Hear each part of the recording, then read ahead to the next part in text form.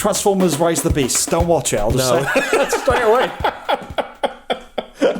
There's no point beating around the bush. Just we're not gonna have loved Transformers Rise of the Beast, are we? No. Okay, so let's say the positives first. Well, I guess it's a positive that there are positives Yes, there's... in a Transformers film. Well, here are the positives. Okay. At one point, as motivation for the main character, the Pete Davidson Transformer says to him, when we're done, you can sell me. And you can... Oh, yeah. Yeah, and you can use the money to pay for... His brother has medical problems. You can use the money. And that's the initial incentive for the main character. Yeah. Those are the positives. The negatives... Oh, yeah, no, yeah. No, that is a genuinely nice little thing. It seems like you don't want to talk about this film, Sam, because you're going so quick. I haven't had a chance to jump in. Oh, well, go ahead. Oh, no, I'm just saying... Okay, yeah. Yeah, I agree. No, because that's like... I don't know. It's like the first time in these films where it feels like a Transformer has kind of had a proper understanding of its relationship with a human. Yes. Like at that time, because at that time, obviously they're strangers basically, and Noah doesn't want to do the thing, so he's like, "Oh, I'm going to give you like material incentive." Mm-hmm. And it's like, "Oh god, yeah, they like these alien robots. They've like, yeah, these are two different species. Mm-hmm. They and like." I think it's always taken as a given that like humans and Transformers are just going to get on, or at least humans and Autobots. Yeah. Are always just going to get on because they're all like inherently good. Mm-hmm. So yeah, that was kind of nice. That, like for the first time maybe ever, it feels like they've actually thought about this in terms of like what does the character want. Yeah, it's just and like what could a Transformer offer a human? Yeah, I mean, I wouldn't go that deeply into it. It's a decent idea that it could be sold as a car. Yeah, you know, like that's the. No, the reason I was ploughing on with it was because for comic timing, it was like, that's the positive. Oh, right, here are the 20,000 negatives. Okay. Okay, so it's a fucking absurd premise for Transformers. Hair, feathers, for the beasts, whatever they're called. Well, it's interesting. So I did a little bit of digging. Oh, yeah. Because I was a Transformers fan for a while. I kind of fell out of it in the last few years. But I never encountered the Maximals. Maximals, that's right. Yeah. Like, I knew about the Dinobots, I knew about the Insecticons, never encountered... I mean, they're kind of a bit like... Have we had those yet? No, we've not had them in the films. Okay. They kind of exist... I don't know, actually. In the context that I know them, they exist alongside the Dinobots, which we have had. But, yeah, they're a whole thing. But, yeah, the point is I've never encountered the Maximals. So it's like, I'm kind of curious where they fit into all this. Yeah. And why they're considered important enough to be brought to the big screen. Yes. And it turns out that there was a cartoon, a very, very ropey-looking cartoon. Right. From, like, the late 90s called Beast Wars. That they were kind of like... That was I've heard of Beast Wars. That was their big debut. Then they're actually bio-engineered, like, tech. Right. So they're basically liquid metal and they can transform into organic animals. Right. That's what the original Maximals, or at least the Maximals presented in that show, that's what they were. They were kind of... hybrids, almost. Yeah, they were robots that could turn into organic animals. Because they're organic matter that have been augmented with... No, but they're not. That doesn't make sense. They have a robot form, and then they do like a liquid metal transform thing, and they become a real animal. The other way around, okay, I can accept. Just that's silly. No, it's that's silly. Very silly. It's silly and it's utter bullshit. It's that Jury Duty, the show that we've been watching. Oh yeah, Todd. His whole thing is like, about augmenting humans with like technology. Yeah, that's fine. You got to start organic and add the technology. You can't start a technology and add the organic. Well, it's weird because they're like they're the descendants of the original Transformers. Right. So like the Autobots and Decepticons on Cybertron, organic matter. These Maximals are like their like distant offspring. Whatever. Okay. No, but my point was, yeah, it's utterly ridiculous and bullshit that like, oh, you have this robot that can turn into a real creature. Yes. This feels worse somehow. That it's a robot that turns into a robot that has some... Because they're not even doing... Yeah, it's turning into a robot that looks like an animal. But it's still a robot. But it's still a robot. It superficially resembles an animal. Yeah. Yeah. It's not an actual animal. It's not more stupid, because what you just told me is incredibly stupid. Oh, it's the most stupid. But it's still pretty stupid, yeah. Because I don't know what the utility of it is. But indeed, what is the utility of a robot gorilla? Well, no, I would, having now seen the film, I would like to update that. Go on. What's not the utility of a robot gorilla? Go on.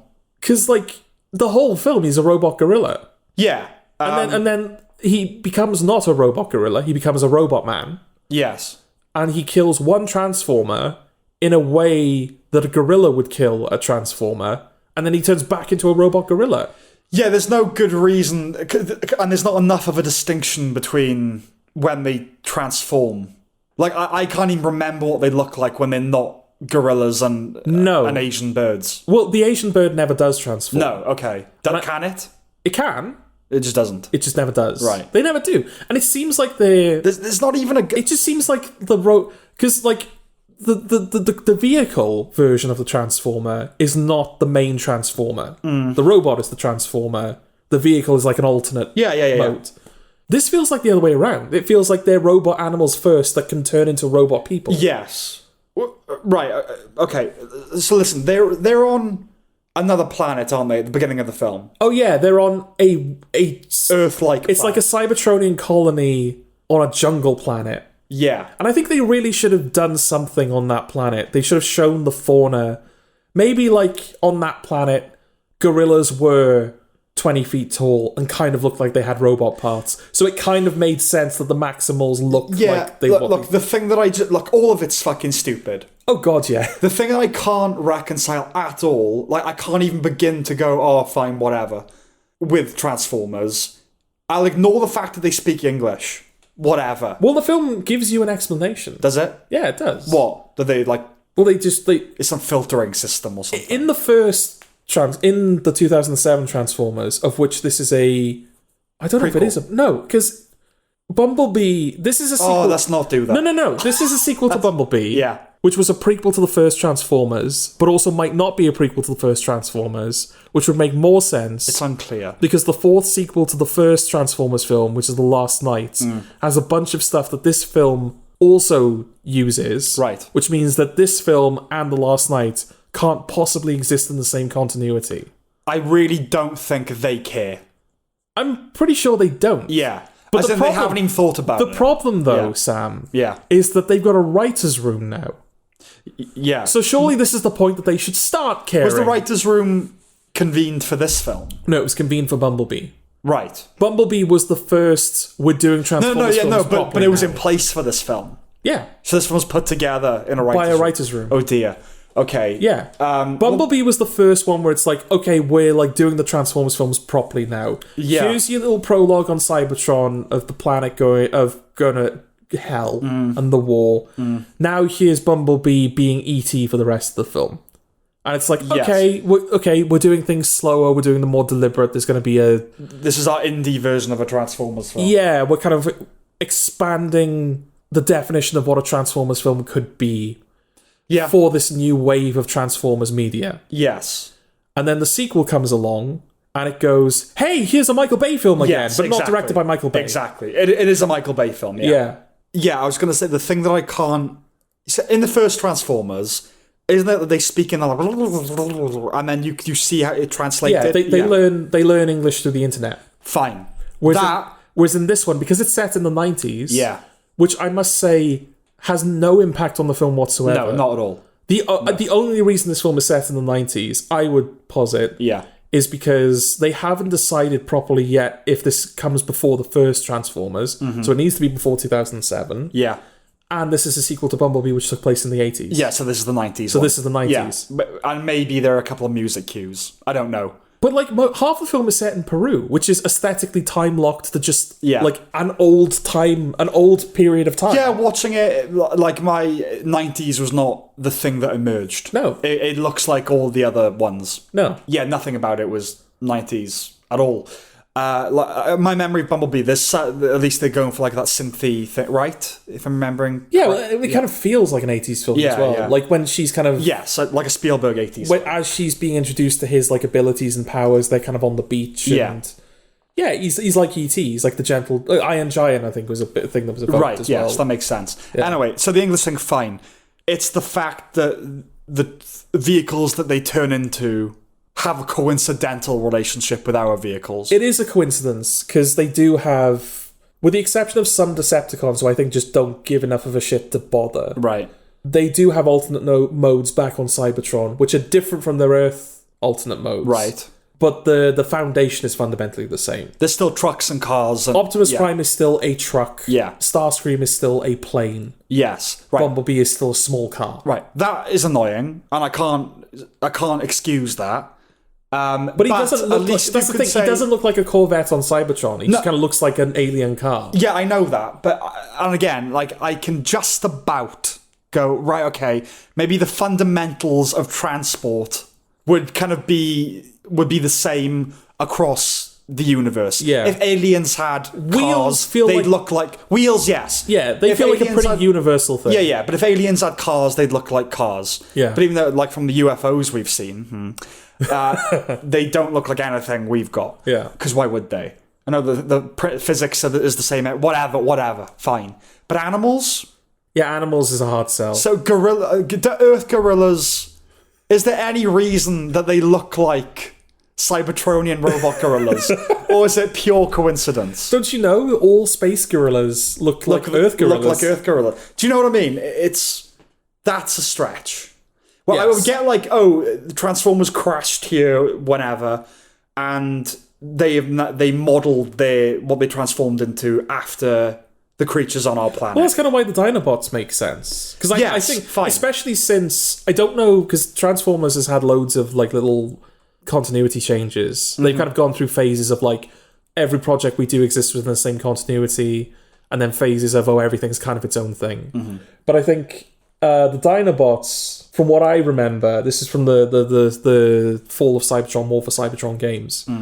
The Dinobots were an experiment done by a Decepticon scientist because they were aware of Earth as like a potential destination, and at the time that they found Earth, dinosaurs were roaming the planet. Right. So he took a bunch of Autobots and experimented on them to kind of make them look more like the wildlife on that planet. Perfectly fine. Yeah, it's like, okay, you've taken something that was just like, let's make a toy where a robot turns into a dinosaur. That's the problem, isn't it? No, but that's the thing. Yeah. Kids want a robot that turns into a dinosaur. Completely. Let's take that into a context and make it like make sense. Yes. And they did that. Yes. But that's a big problem with a lot of the Transformers and other things like that, which is it started out because it's a robot that turns into a dinosaur. Yeah. And now we've got to provide a reason for that existing. Yeah. A context for that, which is hard. It is hard. It'd be nice if they tried. If they tried, yeah. And like, so it can be annoying when you go, and this is the reason this is like that. No, it's fucking not. Yeah. It's, what's a good example? Backronym, they call it. In the Day the Earth Stood Still. I can't remember what the creature is called, or like it comes down in a massive fucking robot. Yeah, it has like Jim or something. No, it's something alien-y. Okay, but then in the remake with Keanu Reeves, because they're going for more grounded, Nolan's happened. Yeah, we'll do. It's an acronym. It actually stands for space, but because it's like because it's too silly to be a real name. Yeah, it's something like Gort. It's something like that, Gort, and it's like it's geo optimal, and it's just, no, it's not though. It's because it's an alien name. They called it Gort. Yeah. That's, and so that can be a bit irritating. But yeah, and they've done it loads with the Marvel films. Like the more outlandish stuff, they try and give it a different context. Yeah. Like the Mandarin is a good example of that, right? Yeah, yeah. And just be silly. If you're silly, And, but no, it'd be good if they tried with the Maximals. So that they just happen to look like an eagle. Yeah. There's no eagle in Cybertron. I mean, like, this film is stupid. Yeah, it's just pretty stupid, yeah. But it's not silly enough, I don't think. No, it's not. It's not enjoyable. Yeah. No. Well, let's crack on with it, right? Okay. Dull visuals, as ever. Yeah, this is the thing. Michael Bay there's a lot of problems with Michael Bay films. Many. The main problem, I think, with the films that he made, like, obviously towards the end, he gave less and less of a shit. Yeah. And so it was just nonsense. To think that Transformers is a film from someone who gives a shit. But no, like, if you... No, I agree. They got progressively worse, pretty much. Like, you get to the point with The Last Night where there are, like, reverse shots that are happening in different aspect ratios at different times of day that might not even be happening on the same continent. Yeah. But the characters are supposed to be, like, interacting with each other. Yeah. It's like, right, this guy does not give a shit. anymore. No. Like, by the end, they became true messes. Like, Oh, God, yeah. the first Transformers is a pretty middle-of-the-road summer blockbuster. That's the thing. You're starting from a place where it feels like you gave a bit of a shit. Yeah, no, I agree. Like, yes. I don't know if it was him giving a shit. I mean, yeah. I suppose after the success of the first one and the second one, which was panned. So, well, I don't really have to try, do I? I'm making millions and millions of dollars. Maybe. But yeah, no, the first one's it's not offensively awful. No. It's like, it's fine. And it's got little sequences in it, which Yeah. are actually really nice. The first one on the military base with the helicopter. Yes. It's your first proper sight of the Transformer. I remember that being exciting when I was like 12, admittedly. Yeah. But still, I mean, I don't think... I mean, I saw the second one and third one when I was... What would I have been? Like 14, 16. The right age. In to the right see them. demographic, Yeah. and I did not like those films. No. You know, whereas the first one I did. I don't think I would now. There'd be some nostalgia connection. I know they got Linkin Park in it and all that. Yeah. But no, the first one's just a middle-of-the-road summer blockbuster that wouldn't win Razzies. No. And then after that... And I think, it has genuinely good sound design. Yeah. But outside of that, it doesn't rise above its like script. No, and it's Shia LaBeouf in a likable phase, and Yeah. you know. But yeah, like you go back to those films where it felt like Michael Bay was trying. Even in those films, you've got action which is Incomprehensible. not comprehensively assembled. But I don't know. I kind of missed that during the action sequences in this one because for all of the reverse shots that seem to be happening in a different universe and the robots being so overly detailed and coloured so similarly, you can't tell if it's a good guy or a bad guy being killed. Yeah. Through all of that, he still manages to capture this sense of scale and carnage that this film just can't. It doesn't get anywhere near to that. In no way are those films better than these newer ones. Like this is a better film than 2, 3, 4, and 5. Oh yeah, I would say. Yeah, his films are pretty much everything that's wrong with modern cinema. The letchiness, just all of it. But I would agree that not with the running time, because that, like, I had a panic attack with what was the fourth one or the fifth one? Age of Extinction. Yeah. I had to leave the room at one point because I was stressing out. You missed all of the character payoffs. I was stressing out because it was just so long and so much stuff was happening. Yeah. But in terms of just the stuff itself, you do miss the gross excess, the grotesque excess with this one, because like at least it's just so much. You're like, this is the fall of the West. Yeah. In this one, it's just like, oh, this is just a shit film. Yeah. You know? And it's... I remember that when it was like the second or third trailer came out, and its big final, wow, look at the action shot. Yeah. Was like Optimus Primal like bit the head off a scorpion. Yeah. And then RC was like riding on the back of a rhino that ran up to like another Transformer with glasses, and they shot a couple of shots just like off into the distance. Yeah. And then it was like Transformers. Yes. I was like, that feels really flat. Yeah. And it does. The whole thing feels so flat. The visuals are dull. A lot, again, as usual, barren wastelands. Yeah, they need to stop that. And it's not just with Transformers, it's with every, it seems, big studio action movie. Yeah. The final fight is always... It's because it's cheaper. You know? It's like, oh, we don't have to do this in a city. And I think cities have been, especially with the Bay films, it always ends in a city. We don't need to do them in a city. No. And I think this barren volcanic landscape is very much an overcorrection where it's like, well, this is just of no consequence to anyone. It looks so cheap as well. Yeah. It makes it look so cheap. There's got to be something else, right? There's got to be like there's got to be. Yeah. There's got to be another environment that's like... It's like a good mixture of like the consequence of fighting in a city, but also just like... It's the kind of aesthetic of fighting somewhere like in a desert where it's like it's still like interesting to look at. Yeah, which they did in Revenge of the Fallen. Yeah. Like, yes, you have to be creative with it. Like even if you ultimately have to do it, it has to be a city. You can do it in a certain way that makes it interesting, or film it in a certain way. Like even just like with Godzilla, you know, it's in Tokyo, so you've got the neon. You know, make it visually arresting. Yeah. Or do something unique with it, like it wasn't a city. but Age of Ultron. I know people don't like that film as much. Oh, yeah, yeah. But when it ends at that levitating like town, like that was interesting. Yeah. Or in Winter Soldier, where isn't it like a hovercraft? Yeah. Yeah, it's like, okay, that's different, you know. Yeah, it doesn't always have to be just nowhere. I don't know that. It doesn't even look like a country. It looks like nowhere dirt. And or just anonymous. It's usually Chicago. Yeah. It's not New York because we all recognize New York. Yes. It's just like Chicago. Yeah, there's something else. There's a place in between. Well, Rogue One, like the end of Rogue One, where it's like on the beaches, like Normandy. Like Normandy. Yeah. It's like, oh, this is aesthetically interesting. I like this. Yeah, you know, there are films that have done that well. Yeah, but it seems like even with Endgame, which critical darling, commercial darling, audience darling, fanboy darling, even the ending of that, it looks a bit tacky and cheap. Yeah. You know, and I like that, and you know, you can't help it. You're so manipulated into liking that ending. But it looks like a video game. You know, it does. But I feel like part of it was just practical. Like, I know that there's supposed to be some resonance because it's the ruins of the Avengers headquarters. Yeah.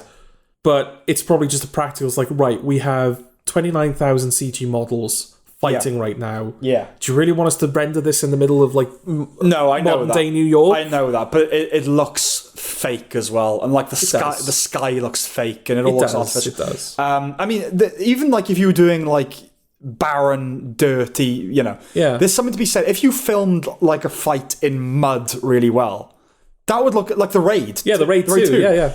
Like there's something you could do that well. It's just when you've got the environment and the action, and it doesn't really seem to have. They have no relationship with each other. Have a fight scene on the moon. That'd be kind of cool. Yeah, Transformers fighting on the moon. Dust. Yeah. They keep rewriting the origin of Transformers on Earth, and that's annoying. And at this point, just fuck off home. I know you don't have one, but fuck off home. Seriously, go away. We don't want you here. We do not want you. Why Earth? Leave us alone. Yeah. You know, what's Unicron? You've met Unicron. Yeah, I know what he is in the film, but what the fuck is Unicron? No. You've met This is my point. Yeah. The Last Night, which is the Anthony Hopkins one. Yeah. Unicron's the main threat. Is it? Yeah. Don't remember that. Which is because in this, Unicron is just some nebulous space. It's like Galactus. Yeah, he's just some nebulous creature, dubious little creature that's like not little, that has like an army that fights for him, and that's really annoying because it feels like I don't know what Unicron is in the context of this film. I don't know who he is. I don't really know what he wants. That's my question, really. Because it's like, oh, he's this big nebulous thing that consumes planets. Yeah. But also he wants something. He wants the dimension key. Yeah. And he has an army that fight for him. Yeah. So it's like, oh, I want to eat planets, but also I'm this egg MacGuffin. Yeah. Egg MacGuffin.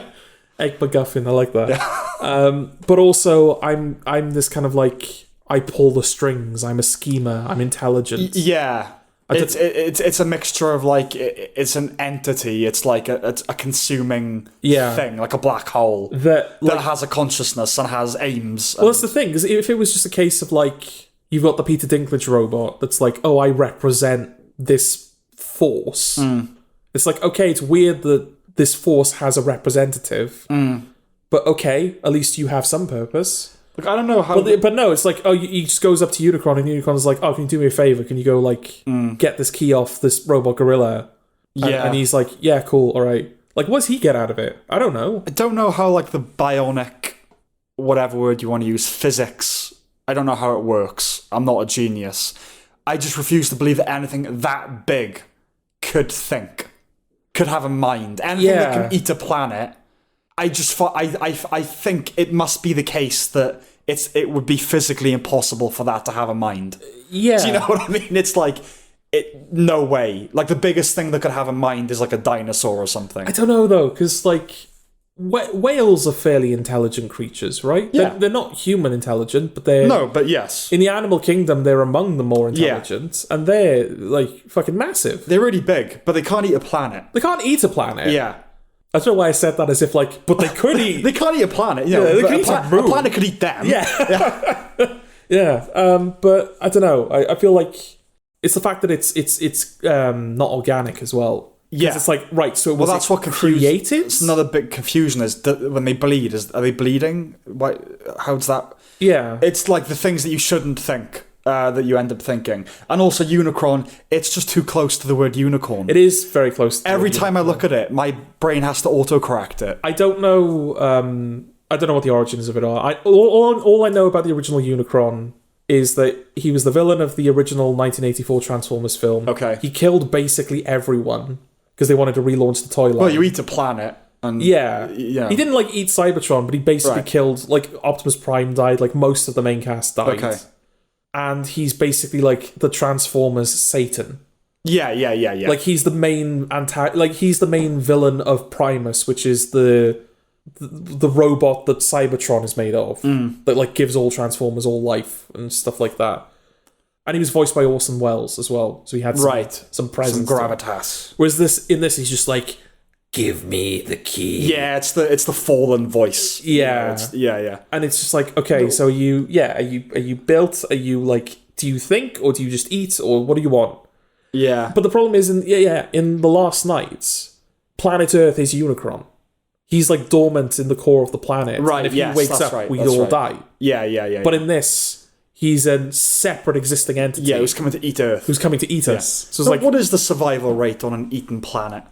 it's not great, I would thought. No. Does anyone survive? If you're on a... It's a weird thought, isn't it? You know... Is it like, in those, they have those scenes in like, well, there was one in Super Mario, weirdly enough, where like someone gets eaten by like a kaiju Yeah. or like a giant sea monster, and they're just like living in its stomach.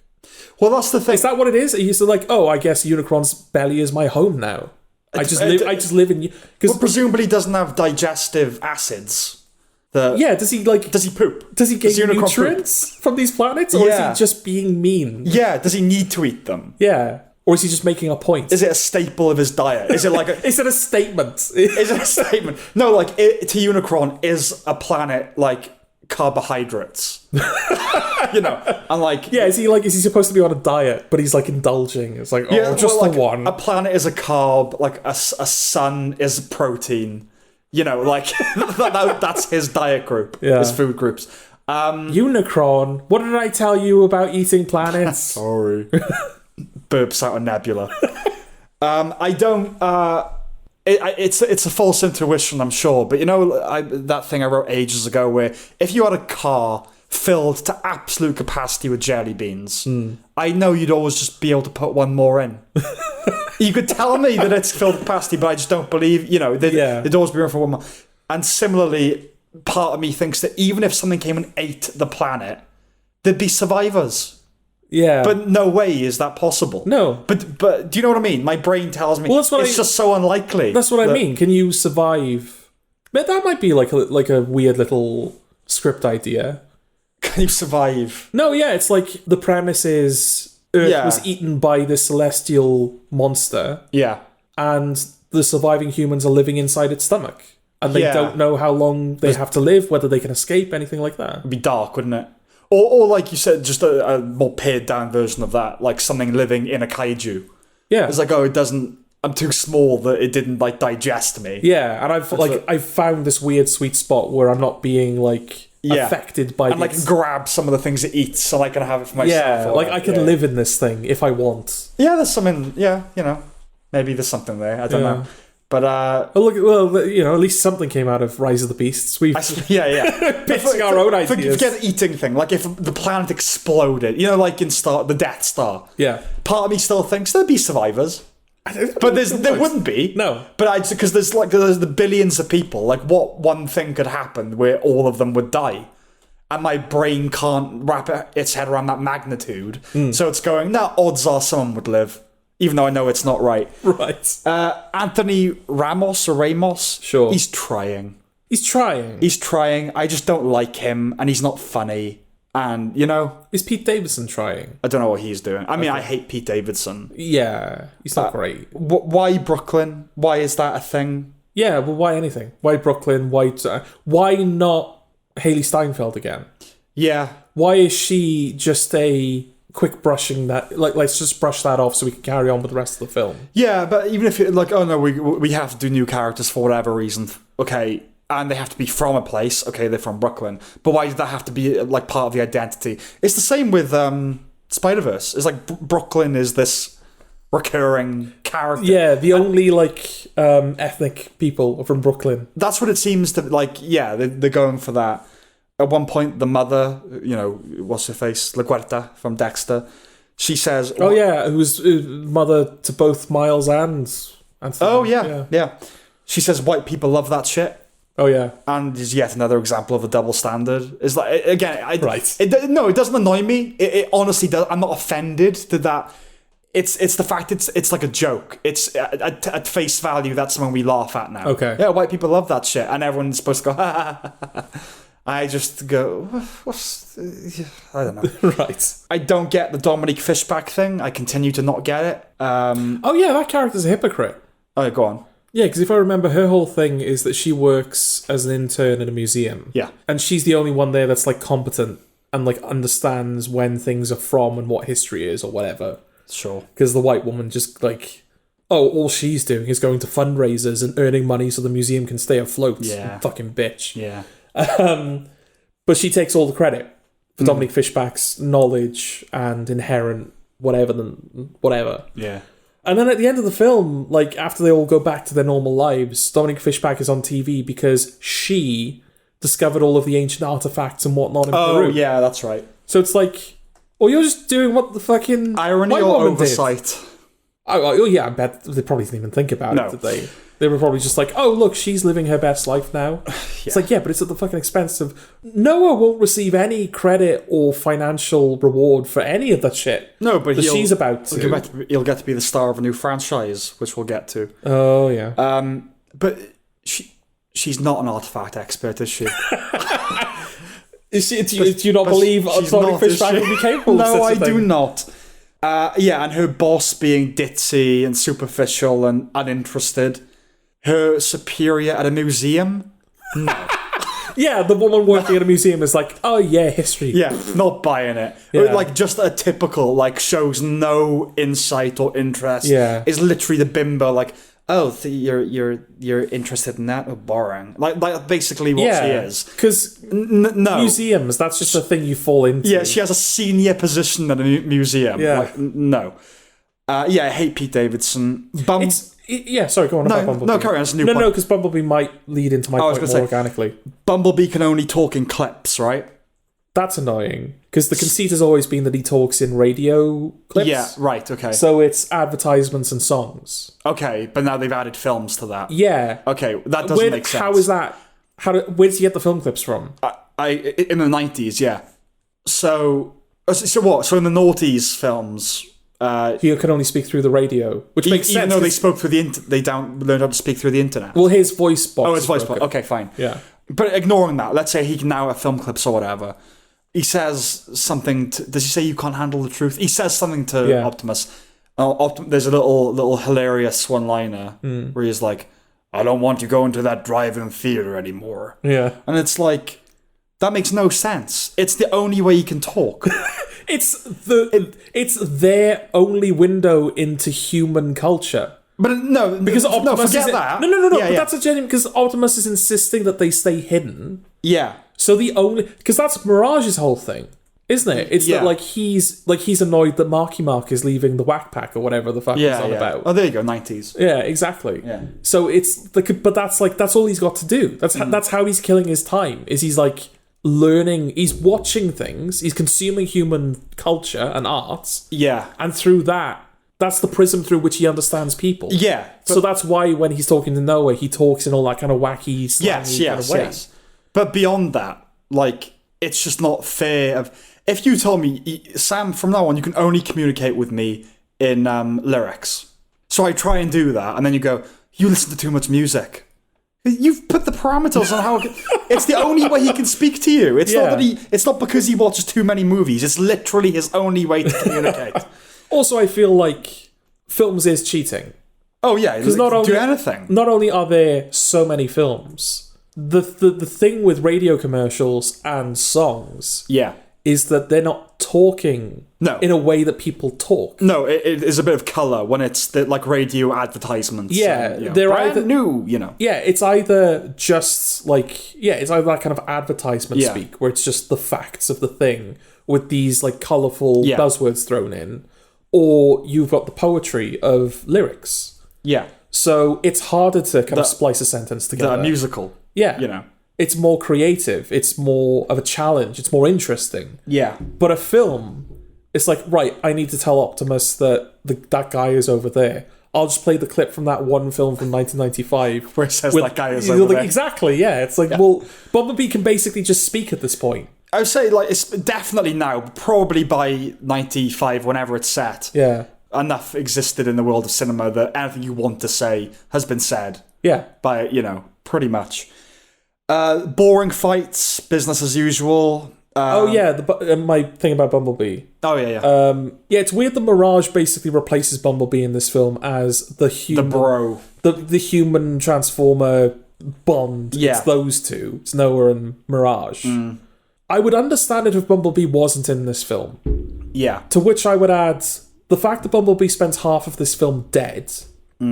Where it's like, well, you're obviously not going to fucking I believe kill... that. Yeah, you're not going to fucking kill Bumblebee in the second film, essentially, of this new continuity, if indeed it is a new continuity. And the fact that they basically have to ignore the events of Bumblebee to get him in this film in the first place. Why is Bumblebee even here? I would say is the logic that, oh no, he's friends with Haley Steinfeld. Like, we don't want to compromise the uniqueness of that friendship. But if they're fucking that film over to get him in this one anyway... Yeah. What does it matter? Because I guess Haley Steinfeld still exists in this world. Does he? But Optimus just goes... Because, like, Bumblebee, I think, sticks up for Noah at one point. And Optimus is like, look, I know that the human was nice to you once, Bumblebee, but fuck off. I'm in the middle of something. Yeah. So it's like, Right, okay, that's the only connection that this film has to Bumblebee. Does Bumblebee speak in Bumblebee? He does in the beginning. And then his voice box. It's the only time we've seen. Okay, so it's the ET thing. It really like that you can't communicate with them, right? Yeah, it's a proper plot point. That's the only thing I can think. Then they want Pete Davidson's hot. We will have like that broy. Yeah, boy, we'll do that instead of the silent friendship. Well, then Bumblebee. No, I know. I know. Have Bumblebee in this. I know. Although Bumblebee and Haley Steinfeld are off doing recon in Jamaica. Yeah, just don't have him at all. Yeah. Oh, Haley Steinfeld is diving in the Olympics, and Bumblebee really wanted to go. Like, I just think they assumed outcry on the part of people that you can't have a Transformers film without Bumblebee. I mean, you've seen those, whether they are fake put on or not. That shit on YouTube where the men are like watching the trailers, like, oh my god, so we have to talk about what Bumblebee's going to mean in this movie and all that crap. They're like, he's got to be in it. You got to have Optimus. You got to have Bumblebee. Again, that's it. I would argue that one of the sort of the theses or the intentions of Bumblebee. Yeah, there's no thesis about Transformers. No. The intention of Bumblebee, or one of them, was to expand what a Transformers film could be. I would agree. It's not just this Michael Bay fucking noise. I would agree. A Transformers film can be quieter. It can be more personal. Yeah. It can be character focused. Yeah. So why chuck all that away to do an inferior Michael Bay film and not reap any of the benefits of... Let's qualify inferior Michael Bay film. It's a better film than those films. It's just not as... It's not doing the Michael Bay thing as well, though. Yeah, it's not as outlandish as... Yeah. But I don't know, it just feels like, again, it's a writer's room. That was the first film in this new continuity. It's like, right, Bumblebee is our starting point. Where do we go, gents? Oh, we just don't do anything with that, and we just do what we were doing before. It is depressing that this is the result of collective intelligence. They had a bunch of people working on it, and this is what they determined was the best thing that should be out there. But is it, though? Because this is the problem, is that like there were articles coming out in advance of this film saying the film was a complete fucking disaster. Yeah. And they were reshooting and rewriting and everything. Are they writing these like genuinely interesting, experimental, subversive... Jordan. Are they doing what Mattel seems to be doing at the moment? We've got the Barbie film coming out this year. Apparently Daniel Kaluuya is doing a Barney film or something. Barney? Yeah. I saw a thing earlier saying that Daniel Kaluuya's Barney will be aimed at adults and will be more subversive or interesting. I can't remember what word they use. Look, so it seems like Mattel's thing at the moment is like, oh, we're going to take all of our kid-friendly properties and we're going to make them like this weird... Well, Barbie's 12A, it's been announced. Yeah, whatever Barbie's doing, we're going to do that with Barney and all the other shit that we've got. I mean, look, not to get off on this massive tangent, I don't know, I haven't heard anything that was Daniel Kaluuya Barney thing. Yeah. I don't want Barney to be subversive and not for kids. Barney's for kids. Yeah, I don't know why this is like... Yeah. The thing that they've latched onto. Daniel Kaluuya. Barney's not even out yet. We don't even know if it's a good thing that they've done. I will say this is probably some inherent racism here. A tiny little bit. Okay. But Barney's a purple dinosaur, right? Yeah. But he's white, isn't he?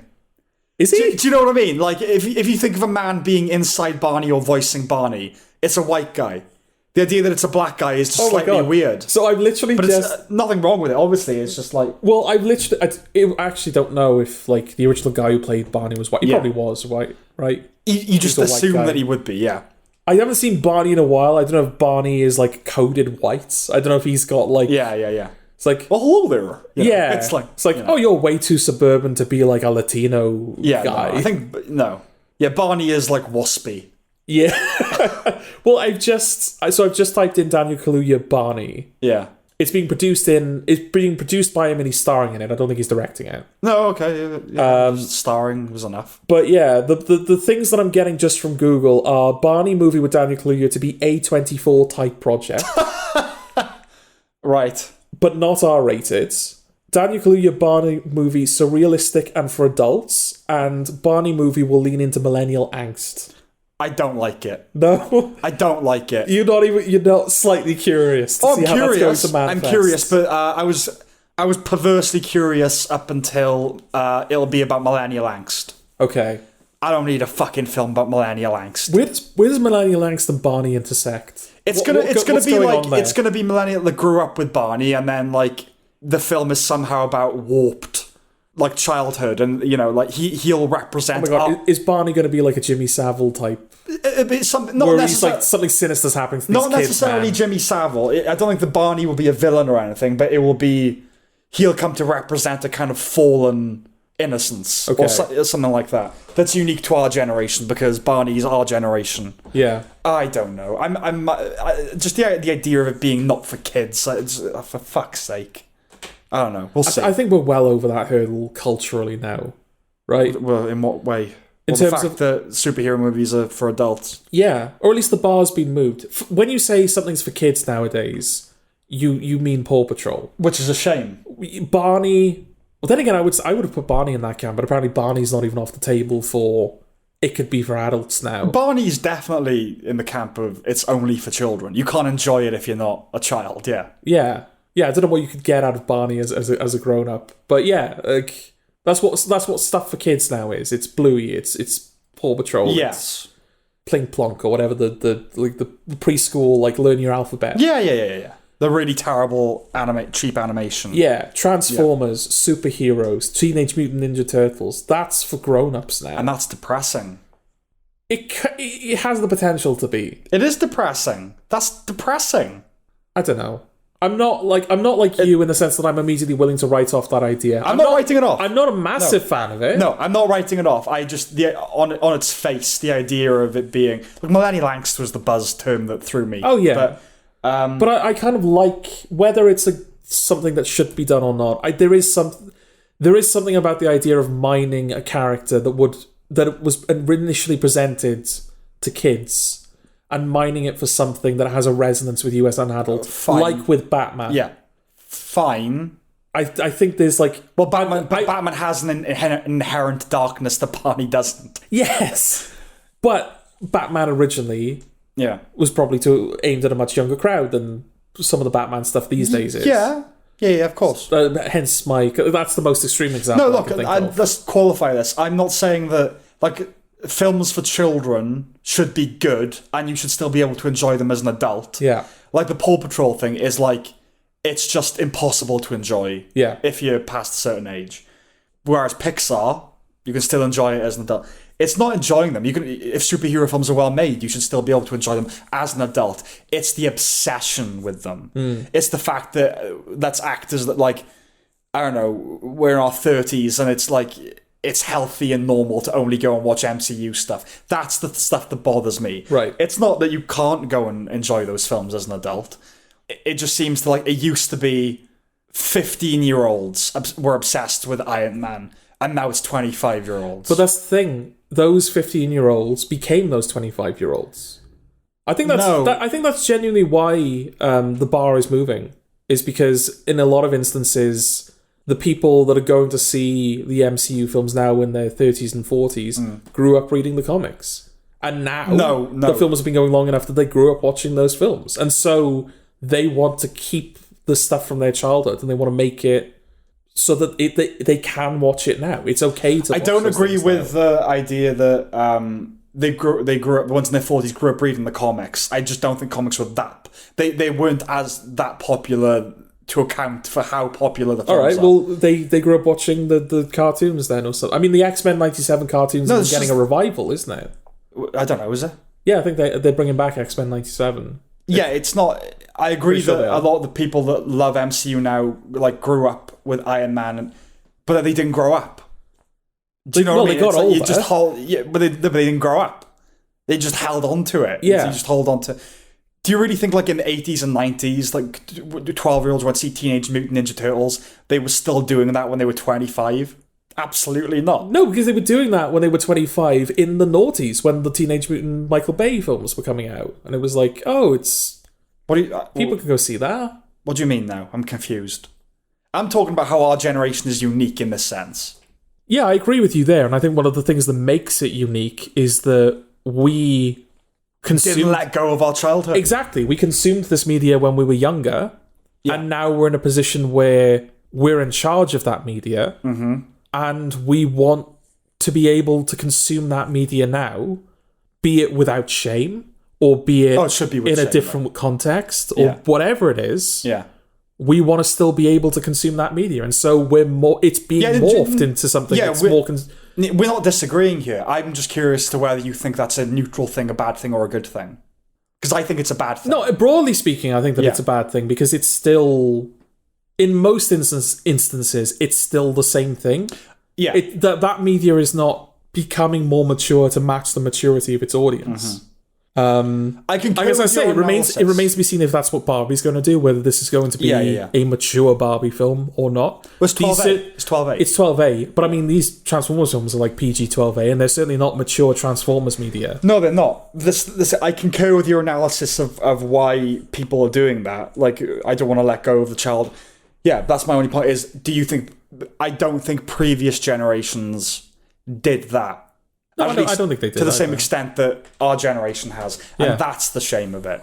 It's, in the 80s, again, going to see, films aimed at 12-year-olds. They weren't still obsessing over those things when they were in their 20s. Yeah.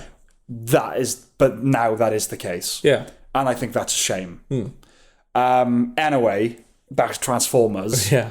As usual, the characters adjust too quickly to their circumstances and to the stakes. That scene where... Is it Noah, you said?